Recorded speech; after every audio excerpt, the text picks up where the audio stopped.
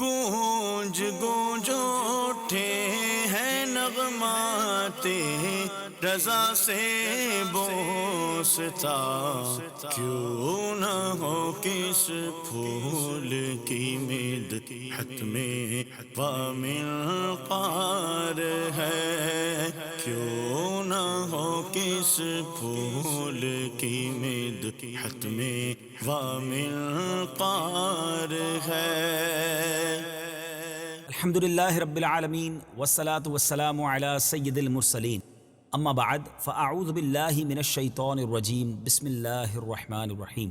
الصلاة والسلام علیک یا رسول اللہ وعلی آلک واصحابک یا حبیب اللہ، الصلاة والسلام علیک یا نبی اللہ وعلی آلک واصحابک یا نور اللہ۔ میٹھے میٹھے اسلامی بھائیوں اور مدنی چینل کے ناظرین، وقت ہوا ہے عشق رسول صلی اللہ علیہ وسلم میں کچھ جھومنے کا، نبی پاک علیہ الصلوۃ کی دل میں کچھ یاد بڑھانے کا، کیونکہ وقت ہوا ہے سلسلہ نغمات رضا کا، جس سلسلے میں ہم الحمدللہ امام عشق و محبت، مجدد دین و ملت، پروانہ شمع رسالت، میرے آقا نعمت امام احمد رضا خان علیہ رحمت الرحمن کے مبارک کلاموں کو سنتے بھی ہیں، سمجھنے کی کوشش بھی کرتے ہیں، اشعار کے ساتھ ساتھ ہر شعر کے ساتھ ساتھ اس کی شرح بیان کرنے کی بھی ہم کوشش کرتے ہیں، اور کلام رضا کی تو کیا بات ہے۔ خود امام اہل سنت اپنے کلاموں کے بارے میں کیا خوب لکھتے ہیں، گونج گونج اٹھے ہیں نغمات رضا سے بوستاں، کیوں نہ ہو کس پھول کی مدحت میں وا منقار ہے، مدحت میں وا گونج گونج اٹھے ہیں نغمات رضا سے بوستا، گونج گونج اٹھے ہیں نغمات رضا سے بوستا، کیوں نہ ہو کس پھول کی مدحت میں وامن قار سبحان اللہ، سبحان ہے۔ اللہ، سبحان اللہ۔ آج کون سا کلام ہوگا اور اس کی شرح ہوگی؟ سبحان اللہ، آج جو کلام ہے وہ بہت خوبصورت، بڑا مشہور و معروف کلام۔ پہلا ہی شعر بڑا نرالا کلام ہے، پل سے اتارو راہ گزر کو خبر نہ ہو، جبریل پر بچھائیں تو پر کو خبر نہ ہو۔ بڑی نرالی بات کی ہے۔ یہ کون سا پل ہے؟ پہلے کچھ مشکل الفاظ کے معنی سمجھ لیتے ہیں۔ اتارو یعنی گزارو، راہ گزر یعنی راستہ، جبریل یقیناً سب جانتے ہیں فرشتوں کے سردار، سید الملائکہ۔ اچھا، یہاں مراد کیا ہے؟ یہ کون سے پل کی بات ہو رہی ہے؟ یہ پل صراط کی بات ہو رہی ہے، جو تلوار سے زیادہ تیز، بال سے زیادہ باریک ہے۔ اس پل سے گزرنا آسان نہیں ہوگا، مگر نبی پاک علیہ السلام سے عرض کیا کی جا رہی ہے کہ یا رسول اللہ صلی اللہ علیہ وسلم، اگر آپ کرم فرمائیں گے، کیونکہ میرے آقا وہ ہیں جو اس پل کے کنارے سلم سلم کی ڈھارس سے پل سے پار چلاتے یہ ہیں، یعنی اعلیٰ حضرت ہی سمجھا رہے ہیں کہ میرے آقا اسی پل صراط کے کنارے اللہ تبارک و تعالیٰ کی بارگاہ میں سجدہ ریز ہوں گے، رب سلم امتی کی صدائیں بلند کر رہے ہوں گے، تو آقا ہم پر بھی کرم کیجیے گا، ایسے پل سے گزار دیجیے گا کہ راہ گزر کو، یعنی جو پل کراس کرنے والا ہے، پل پار کرنے والا، اسے بھی پتہ نہ چلے۔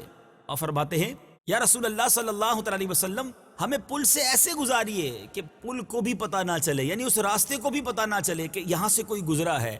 اور جبریل امین علیہ السلام کی یہ تمنا ہے کہ نبی پاک علیہ السلام کے امتی جب پل صراط سے گزریں گے تو وہ اپنے پروں کو بچھائیں گے۔ آقا وہ پر تو بچھائیں، لیکن ہم کسی کا احسان لینا نہیں چاہتے، جبریل پر بچھائیں تو پر کو خبر نہ ہو، یعنی اس تیزی کے ساتھ، اس آسانی کے ساتھ، اس جس کو کہیں سہل طریقے سے ہم گزر جائیں کہ نہ پل کو پتہ چلے، نہ جبریل امین کے پر کو پتہ چلے کہ آپ کا امتی وہاں سے گزر گیا ہے، کیونکہ آقا ہم نے تو جبریل کو بھی آپ ہی کے صدقے پہچانا ہے، اللہ کا عرفان بھی آپ کے صدقے ملا ہے، ہم کسی اور کا احسان کیوں لیں؟ ایک اور شاعر کسی اور جگہ بڑے پیارے انداز میں لکھتے ہیں نا، کسی کا احسان کیوں اٹھائیں، کسی کو حالات کیوں بتائیں، تم ہی سے مانگیں گے تم ہی دو گے، تمہارے در سے ہی لو لگی ہے۔ تو اس خطرناک اور جس کو آپ کہیں کہ ہولناک پل سے گزرنے کی التجا بھی ہے، مگر کتنی پیاری التجا ہے کہ آقا گزرنا تو ہے، مگر ایسے گزاریے کہ نہ پل کو پتہ چلے، نہ جبریل امین کے پر کو پتہ چلے، آسانی کے ساتھ یہ غلام گزر جائے۔ اس تصور میں ذرا اس شعر کو سنیے اور اپنی التجا کو پیارے آقا کی بارگاہ میں سوز و گداز کے ساتھ پیش کیجیے۔ پل سے اتارو راہ گزر کو خبر نہ ہو، جبریل پر بچھائیں تو پر کو خبر نہ ہو، تو پر کو خبر نہ ہو۔ پل سے اتارو راہ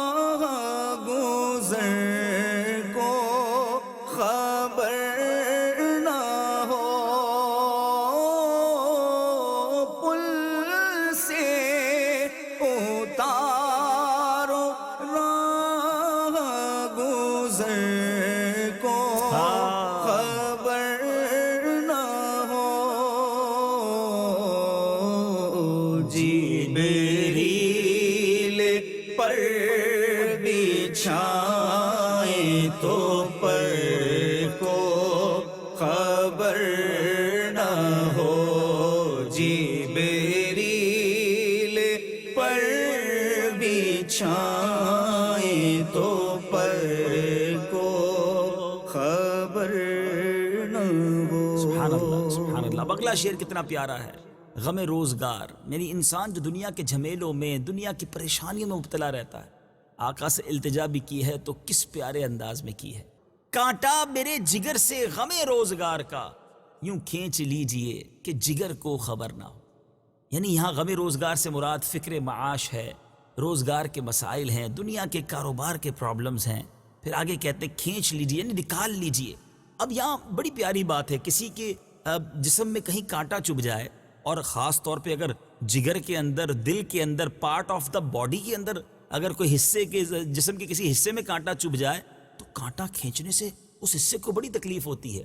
لیکن کمال بات کہتے ہیں یا رسول اللہ، اس دل میں دنیا کی فکریں بڑی گھر کر چکی ہیں، بڑی پریشانیاں بھی ہیں، فکر معاش میں میں بڑا مبتلا رہتا ہوں۔ آقا کرم ایسا کیجئے کہ یہ فکریں نکل جائیں، بس آپ کا غم نصیب ہو جائے، آپ کی یاد میں گم رہوں، عشق رسول میں زندگی گزرے، یہ دنیا کے غم نکل جائیں۔ التجا کرنے کا انداز دیکھیں کہ غم روزگار نکلنا ہے، لیکن یہ کیونکہ کانٹا چبھا ہوا ہے نا تو نکلے گا تو تکلیف بھی ہوگی، مگر آقا اس طرح کھینچیے کہ جگر کو بھی پتہ نہ چلے، اور یہ جو برائیاں ہیں، یہ پریشانیاں جو ہیں، یہ فکریں جو ہے یہ دور ہو جائیں، اور بس سینہ جو ہے آپ کے عشق کا مدینہ بن جائے۔ کمال التجا ہے۔ ہم دعا کرتے ہیں کہ اعلیٰ حضرت کے شعر کے صدقے غم روزگار سے ہماری بھی جان چھوٹ جائے۔ امیر اہل سنت اپنے ایک شعر میں بڑے پیارے انداز میں لکھتے ہیں نا، غم روزگار میں تو میرے اشک بہ رہے ہیں، تیرا غم اگر رلاتا تو کچھ اور بات ہوتی۔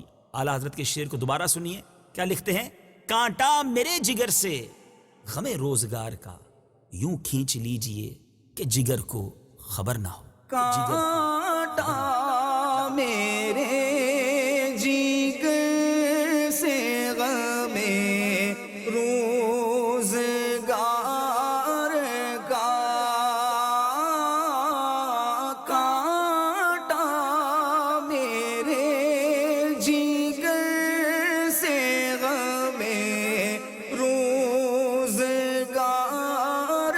کا،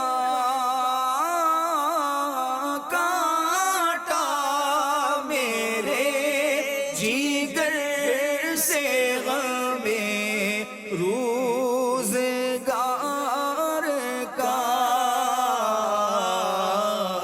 یوں کھینچ لیجئے کہ جگر کو خبر نہ ہو، یوں کھینچ لیجئے کہ جگر کو خبر نہ ہو۔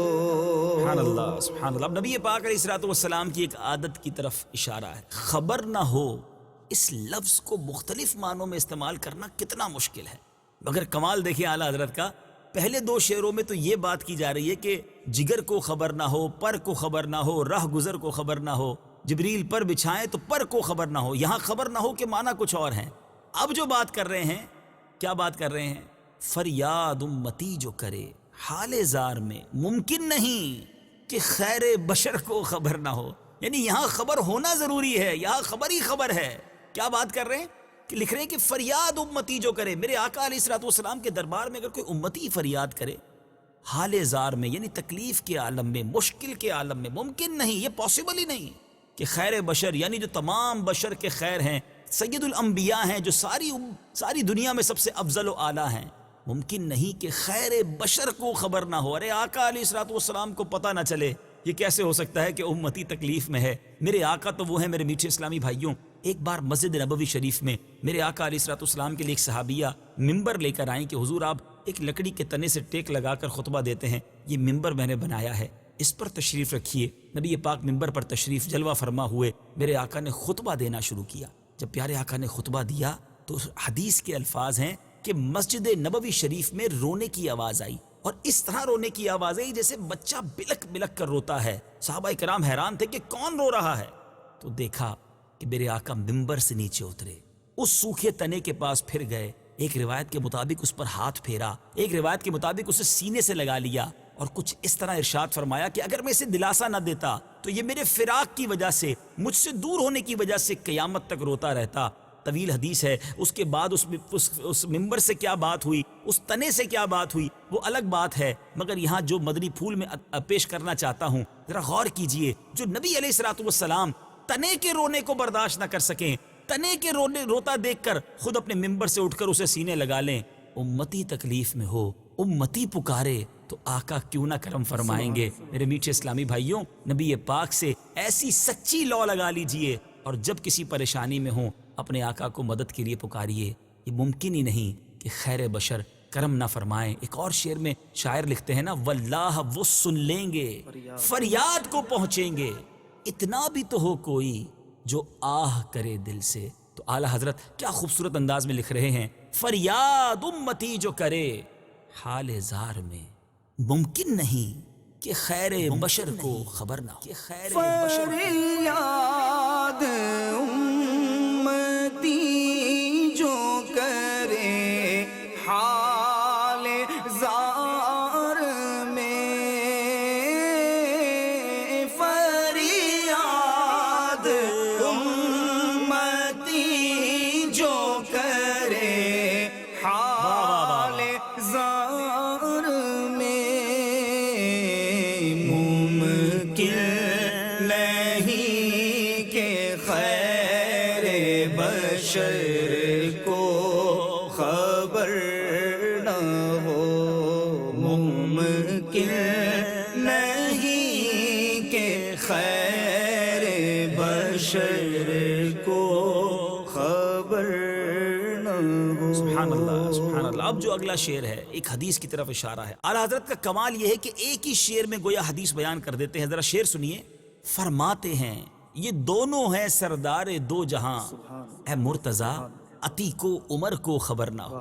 سردار دو جہاں یعنی اس سے مراد یہ ہے کہ دنیا میں بھی سردار ہیں اور جنت میں بھی ادھیڑ عمر لوگوں کے سردار ہوں گے۔ وہ دونوں کون؟ عتیق و عمر۔ عتیق لقب ہے حضرت ابوبکر صدیق رضی اللہ تعالیٰ عنہ کا، اور مرتضیٰ کہتے ہیں حضرت علی المرتضیٰ کرم اللہ تعالیٰ وجہ الکریم۔ یہ کیا واقعہ تھا؟ میرے آقا علیہ الصلوۃ والسلام کی بارگاہ میں مولا علی کرم اللہ تعالیٰ وجہ الکریم حاضر ہیں۔ میرے آقا نے فرمایا کہ اے علی، یہ دونوں جو ہے نا، یعنی حضرت ابوبکر صدیق، حضرت عمر فاروق رضی اللہ تعالیٰ عنہ، یہ دونوں جنتی ادھیڑ عمر لوگوں کے یہ سردار ہیں، انہیں بتانا نہیں، انہیں خبر نہ ہو۔ حدیث کا مضمون ہے۔ اب یہ پوری حدیث کو کس پیارے انداز میں اعلیٰ حضرت نے گویا ایک شعر میں پرو دیا۔ فرماتے ہیں یہ دونوں ہیں سردار دو جہاں، اے مرتضیٰ عتیق و عمر کو خبر نہ ہو۔ فرماتے ہیں یہ دونوں ہیں سردار دو جہاں، فرماتے ہیں یہ دونوں ہیں سردار دو جہاں، اے مرتضیٰ عتیق و عمر کو خبر نہ ہو، اے مرتضیٰ عتیق و عمر کو خبر نہ ہو۔ سبحان اللہ سبحان اللہ۔ میرے میٹھے اسلامی بھائیوں، اب جو شعر ہے کیا خوبصورت التجا ہے۔ ابھی تک تو کچھ اور چیزوں کے بارے میں بات ہوتی رہی کہ پر کو خبر نہ ہو، راہ گزر کو خبر نہ ہو، جگر کو خبر نہ ہو۔ اب اپنی بات کر رہے ہیں کہ یا اللہ کرم کر، نبی پاک علیہ الصلوۃ والسلام کی محبت میں ایسا گما دے، ایسا عشق نصیب ہو جائے کہ ڈھونڈا کریں، میں اگر اپنے آپ کو بھی ڈھونڈنا چاہوں تو مجھے اپنی آپ کی ہی پتہ نہ چلے، مجھے اپنے آپ کی خبر نہ ملے۔ کیا لکھتے ہیں؟ ایسا گما دے ان کی ولا میں خدا ہمیں، ڈھونڈا کریں پر اپنی خبر کو خبر نہ ہو۔ یعنی اس قدر میں مدہوش رہوں، نبی پاک علیہ الصلوۃ والسلام، ولا کہتے ہیں محبت کو، ایسا گما دے ان کی ولا میں، ان کی محبت میں میں ایسا گم ہو جاؤں کہ بس مجھے اپنا بھی پتہ نہ چلے، بس ہر وقت نبی پاک کی یاد مجھ پر طاری رہے۔ اور بزرگوں کا یہ انداز رہا کرتا تھا۔ ایک بار حضرت عثمان غنی رضی اللہ تعالیٰ عنہ کے بارے میں آتا ہے، حضرت عمر رضی اللہ تعالیٰ عنہ نے جب سلام کیا تو حضرت عثمان غنی رضی اللہ تعالیٰ عنہ نے جواب نہیں دیا۔ حضرت عمر رضی اللہ تعالیٰ عنہ حضرت ابوبکر صدیق کی بارگاہ میں آئے، کہا معلوم نہیں آج کیا ہوا، میں نے عثمان غنی کو سلام کیا اور انہوں نے جواب نہیں دیا۔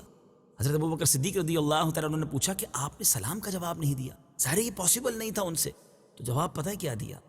وہ کہتے ہیں کبھی کبھی مجھ پر ایک وقت طاری ہوتا ہے کہ مجھے اپنے آقا کی یاد آتی ہے، اور جب نبی پاک کی یاد آتی ہے نا تو مجھے پتہ ہی نہیں چلتا میرے اطراف میں کیا ہو رہا ہے، مجھے پتہ ہی نہیں چلا کب حضرت عمر قریب سے گزرے اور انہوں نے سلام کہا۔ ڈھونڈا کریں پر اپنی خبر کو خبر نہ ہو، اے کاش عشق کی وہ منزل ہمیں بھی نصیب ہو جائے۔ آئیے مل کر ذرا یہ شعر سنتے ہیں۔ ایسا گما دے ان کی ولا میں خدا ہمیں، ڈھونڈا کریں پر اپنی خبر کو خبر نہ ہو۔ ایسا گما ہائے ہائے دے ان کی ولا میں خدا ہمیں،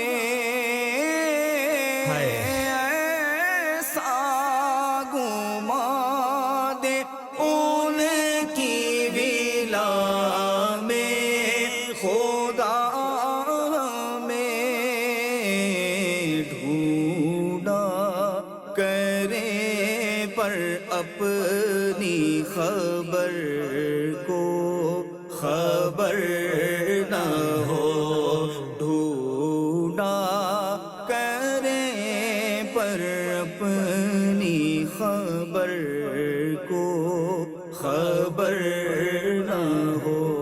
سبحان اللہ سبحان اللہ۔ اب جو بات ہو رہی ہے بڑی نرالی ہے، اور وہ بات ہو رہی ہے خار طیبہ سے، مدینے کے کانٹوں سے گویا کچھ التجا کی جا رہی ہے۔ کمال اعلیٰ حضرت کا، مدینے کے پھول کی شان بیان تو کی جاتی ہے، مگر خار طیبہ کا اس انداز سے تذکرہ، یہ شان ہے اعلیٰ حضرت کی اور خاندان اعلیٰ حضرت کی۔ کیا لکھتے ہیں؟ اے خار طیبہ دیکھ کے دامن نہ بھیگ جائے، اے خار طیبہ دیکھ کے دامن نہ بھیگ جائے، یوں دل میں آ کے دیدہ تر کو خبر نہ ہو۔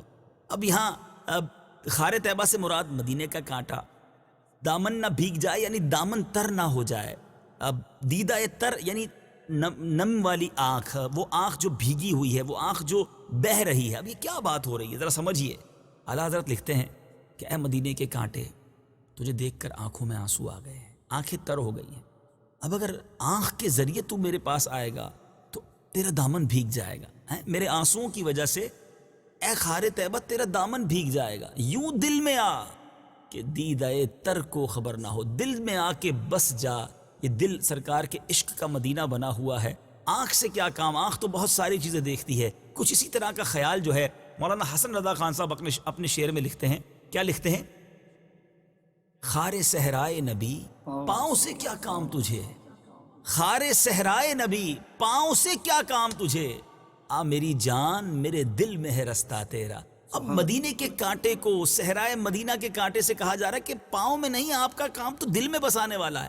اچھا کچھ اسی طرح کا انداز امیر اہل سنت نے بھی اپنے شعر میں اپنایا، میں رضوان جنت کو تحفے میں دوں گا، عطا کیجئے چند خار مدینہ۔ پیارے آقا سے التجا کیا کر رہے، بڑی پیاری بات ہے، یقین کریں جھما دیتی ہے بات۔ امیر اہل سنت نے کمال کیا، لکھتے کہ جب جنت میں جاؤں گا نا تو جنت کے دروازے پر جو جنت کے جو داروغہ ہیں حضرت رضوان وہاں کھڑے ہوں گے، تو جب وہاں سے گزروں گا تو کچھ تحفہ بھی تو دینا ہے نا۔ تحفہ کیا دوں گا؟ مدینے کے کانٹے تحفے میں دوں گا۔ اب میں رضوان جنت کو تحفے میں دوں گا، عطا کیجئے چند خار مدینہ۔ تو کیا عاشقوں کی بات ہوتی ہے، اللہ کریم ان کی عاشقی کا صدقہ ہمیں عطا فرمائے، مدینہ پاک کا سچا ادب عطا فرمائے۔ بہت شاندار شعر، ذرا دوبارہ سنیے۔ اے خار طیبہ دیکھ کے دامن نہ بھیگ جائے، یوں دل میں آ کہ دیدہ تر کو خبر نہ ہو، کہ دیدہ تر کو خار طیبہ دیکھ کے دامن نہ بھیگ جائے، خار طیبہ دیکھ کے دامن نہ بھیگ جائے،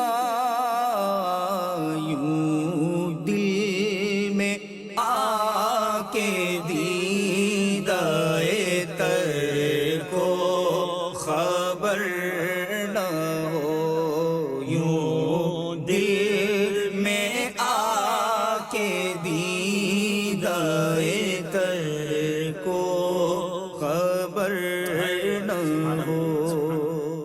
میٹھے میٹھے اسلامی بھائیوں اور مدنی چینل کے ناظرین، اب جو شعر ہے وہ اس نعت کا مقطع ہے، اور آپ نے دیکھا ہوگا ہم اپنے سلسلے میں یہ عرض کیا کرتے ہیں کہ اعلیٰ حضرت کے کلام کا جو عطر ہے وہ مقطع ہوا کرتا ہے۔ اب اس میں کیا عطا فرمایا اعلیٰ حضرت نے، کمال بات لکھتے ہیں۔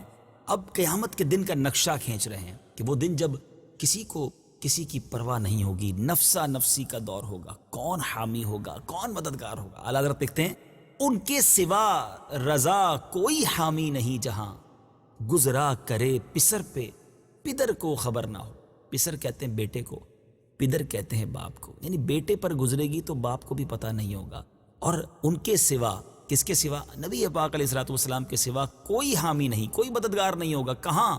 جہاں، اعلیٰ حضرت نے لکھا جہاں کہاں؟ قیامت کے دن۔ اور یہ بات اعلیٰ حضرت نے اپنے طور پہ نہیں لکھی، جی ہاں، قرآن مجید فرقان حمید میں اللہ تعالیٰ ارشاد فرماتا ہے، چنانچہ سورہ عبس میں ارشاد ہوتا ہے، بڑی دل ہلا دینے والی آیت ہے، یوم یفر المرء من اخی و امہ و ابی و صاحبتہ و بنی۔ ترجمہ کیا ہے؟ اس دن آدمی بھاگے گا اپنے بھائی اور ماں اور باپ اور جوڑوں یعنی بیوی اور بیٹوں سے۔ لِكُلِّ امْرِئٍ مِّنْهُمْ يَوْمَئِذٍ شَأْنٌ يُغْنِيهِ، ان میں سے ہر ایک کو اس دن ایک فکر ہے کہ وہی اسے بس ہے، اپنی فکر ہے اور کسی کی فکر نہیں ہوگی۔ اعلیٰ حضرت نے گویا ان آیتوں کی شرح بیان کر دی کہ ان کے سوا رضا کوئی حامی نہیں، کوئی مددگار نہیں ہوگا۔ کس کے سوا؟ فقط شافع روز محشر ہمارے آقا ہوں گے۔ آقا والد کی بھی شفاعت کریں گے، بیٹے کی بھی شفاعت کریں گے۔ بیٹا باپ کی نہیں سن رہا ہوگا، باپ بیٹے کی فکر نہیں کر رہا ہوگا، مگر آقا کا دامن کرم سب کے لیے کھلا ہوگا۔ کہیں گے اور نبی اذهبوا الی غیری، میرے حضور کے لب پر انا لہا ہوگا۔ وہ منظر اعلیٰ حضرت پیش کر رہے کہ دیکھو پھر ان آقا سے کیوں نہ محبت کریں کہ جب باپ بھی بیٹے کو بھول جائے گا، بیٹا بھی باپ کو بھول جائے گا، تو ہم آقا علیہ الصلوۃ والسلام کی جو ہے وہ غلامی سچی اختیار کیوں نہ کرے۔ بے شعر کو ذرا سمجھیے گا، منظر قیامت کا پیش نظر رہے، ان کے سوا رضا کوئی حامی نہیں جہاں، گزرا کرے پسر پہ پدر کو خبر نہ ہو۔ ان کے سوا رضا کوئی حامی نہیں جہاں،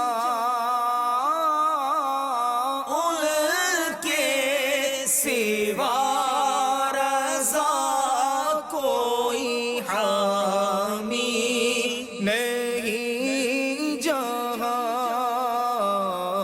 گزرا کرے پسر پہ پدر کو خبر نہ ہو، گزرا کرے پسر پہ پدر کو خبر نہ ہو۔ سبحان اللہ، سبحان اللہ، مبارک کلام، اس کے اشعار اور اس کی کچھ شرح بیان کرنے کی کوشش کی۔ اللہ کریم اعلیٰ حضرت امام اہل سنت کے صدقے ہمیں بھی نبی پاک علیہ الصلوۃ والسلام کا سچا عشق نصیب فرمائے۔ مدنی چینل دیکھتے رہیے، اگلے سلسلے نغمات رضا میں ایک اور کلام اور اس کے بارے میں کچھ مدنی پھول۔ صلو علی الحبیب صلی اللہ تعالی علی محمد صلی اللہ علیہ وسلم۔ گونج گونج اٹھے ہیں نغمات رضا سے بوستا، کیوں نہ ہو کس پھول کی مدحت میں وامل قار ہے، کیوں نہ ہو کس پھول کی مدحت میں وامل قار ہے۔